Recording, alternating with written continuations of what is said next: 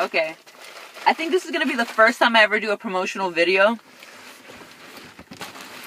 But not really, but one of those things that I actually just like set up and say, okay, we have to do this. This is called Don't Get Caught Tripping.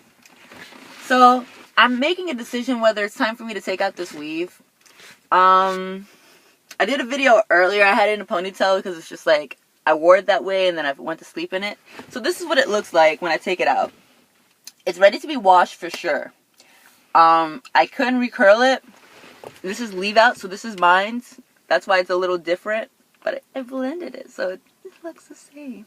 The ends of this are so tangled. So we're going to do an exercise where we're going to try to figure out how much time we have and what are the decisions. And there's no time to be spent beating yourself up about what you didn't do, okay? We already know that, okay?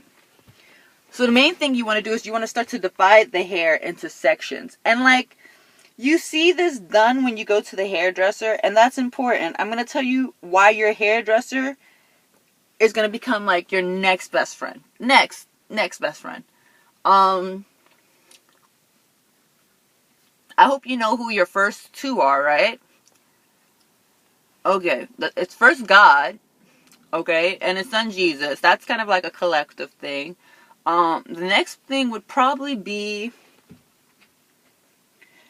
should I say you yourself in that relationship only to God. So it's like, that's why that father-son thing is kind of needs to be remembered as one. And it's like 2, you, and 3. 3 is a hard one. What would you consider 3? What inspires you, I guess? The source of your relationship to the one, father and son, and then the you. Which would probably be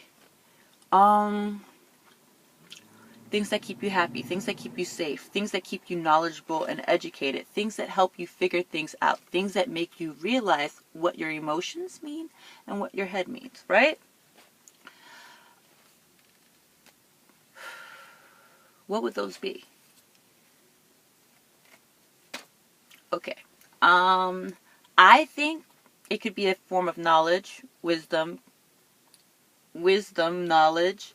They kind of go together, and the most important thing is like kind of that heart, but how it processes through the head. Is this right? Is this okay? How do I know what's right and wrong? And don't be too judgmental on it. Just more of this is too philosophical for me. Like right now, I think I should just go back to the hair video piece. So what I'm doing is I'm trying to get all of the tangles out, but I'm making sure that I'm not trying to comb through it. I'm splitting off sections, kind of like I'm going to curl it, but I make sure that I have quadrants developed. So think almost like a square box on your head where you have 1, 2, because you cut that in half, 1, 2, and then you're going to cut the top and bottom into half too. So that usually starts around here when you change from the front view to the back. So half, and then the other side is half. And I don't feel like doing this, but for the sake of demonstration, half. Which way do I turn them? I make them into buns. This is my other bun head. Oh, I got into the bun. Should I do another self exercise? If you got to see that video, please draw your pictures. If you haven't seen that video, go back to the video titled, what should I title it? Write this down.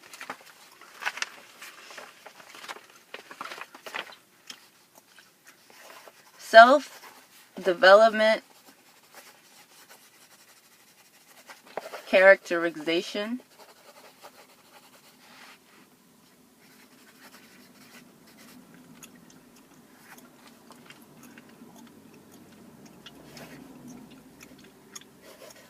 Chart exercise.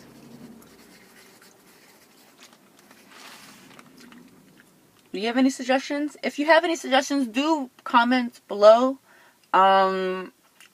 Mainly about names, titles, that would help you find these things if you ever want to come back. Again, the exercise is, see, technology. The self-characterization exercise, the goal was to draw who you are, what society believes is the ideal. So that's different. You draw one of who you are. This is me. The second one is what you believe society believes is the ideal.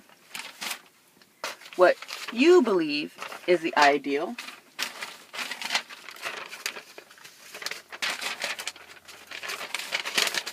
And what you believe your significant other, even if you don't have one, what you believe the person who is meant to love you believes is the ideal. Okay? And that can be a different picture, but draw your own. Draw 4 pictures. And get back to us. But now, back to this hair exercise. We are 6 minutes in. This is long. Did we do a part 2? We do a part 3 and part 4. Now I have 4 quadrants. If I leave this separated in the back, I get this look here, but it doesn't go for the overall look of having straight hair back, so don't separate those 2. 3.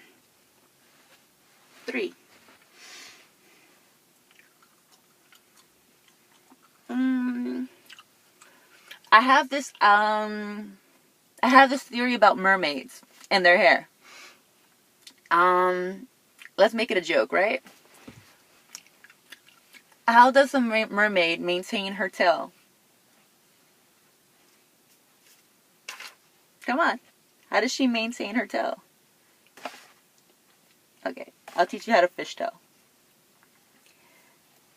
A mermaid has a binding tail that goes down like this. You know that in between there might be something. She might have legs because her top piece is woman, but she has one fin here, hip, one fin here, hip. But to make a fishtail is different than a braid because you have to start with 4. So here are her legs in the middle. 1,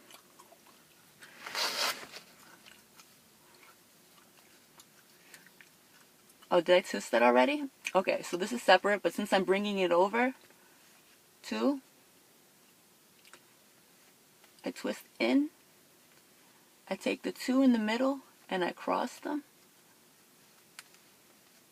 I take the outside one over and I bend it so it crosses over. And I have 4. So where's next? I twist in.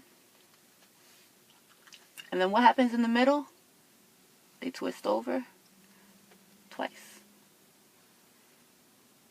And who goes next? Oh my gosh, it's the middle finger. It goes in.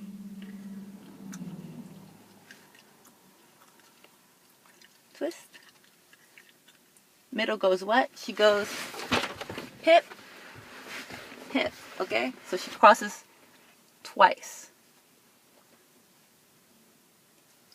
And then the middle finger goes in. What happens in the middle? It goes hip, hip. And then we braid over.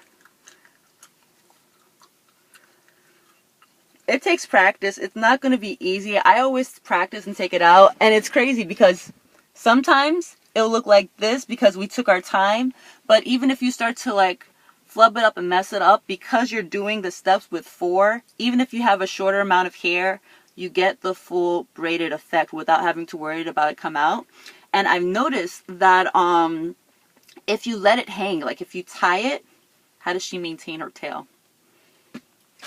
And I've noticed cross-culturally that women and men tend to start to adopt certain characteristic habits that it just works cross-border. So like everyone, be it from Native American ancestry to Swedish and Dutch to African, Asian, Indian braiding techniques, and we know about the other European, East British and French. Oh, they were intricate with their things. They love to cover their heads and leave their bosoms out. Do you know during the French period, they walked around like this, like half out, all the way out with the nipple ring, and it's just the chain. I was like, that's just asking for trouble, but.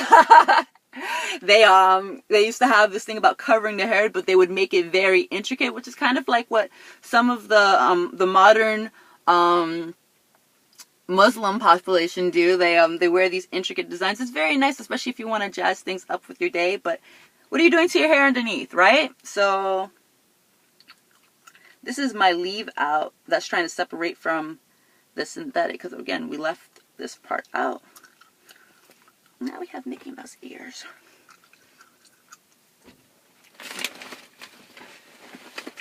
Okay, so I told you this would help you decide what you're going to do with your hair next, depending on how much time you have to do. With my hair like this, if I sprinkle some like conditioner, soap water through this, but make sure not to upset the... Make sure I have the right products afterwards to follow it down to keep it straight. This, what am I gonna curl my hair? If I wash my hair while it's braided and tied in, I've learned a lot of things you can do when you start to section off your hair. I should put a little bow here. If you tie your hair up, figure out what works with your hair type and what you just, rubber bands seem to work fine, the hair rubber bands. You can tie it up with string or ribbon or barrette. If you wash your hair like this and make sure you just get the scalp, because this starts to loosen up and you can kind of soften it. Soften your hair while it's dry, okay? Don't try to do any rough pulls when your hair is wet. You will rip your hair out. I think we should do another video because we're at 12 minutes, but I hope you had fun.